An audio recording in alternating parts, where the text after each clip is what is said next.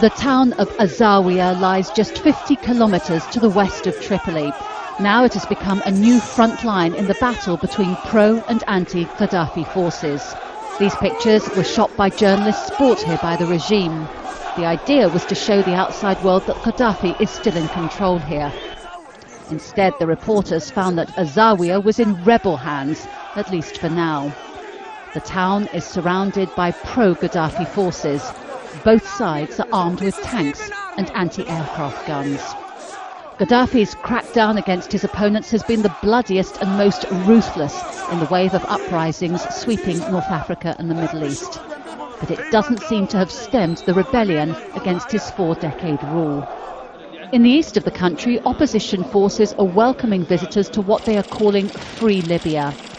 In the city of Benghazi, there are signs of a return to normal. Banks have reopened here and in the town of Al Baida, both of which threw off Gaddafi's rule about a week ago. The banks have been closed for 8 days, but thanks to our brave young men, they've managed to reopen in an orderly fashion. And praise be to God, everything is moving along smoothly.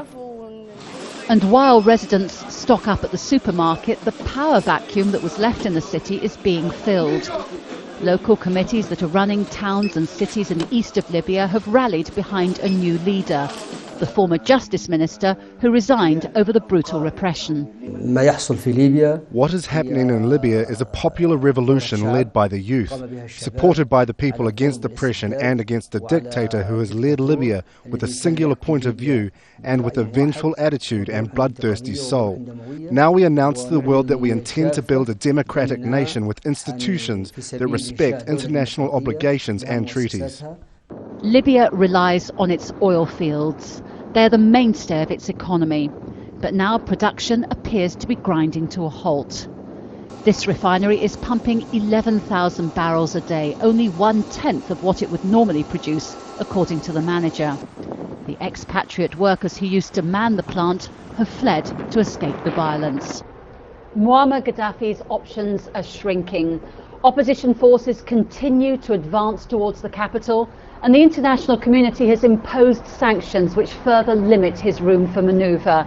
But the Libyan leader still shows no sign of being in the mood to surrender. Jacky Rowland, Al Jazeera, Benghazi.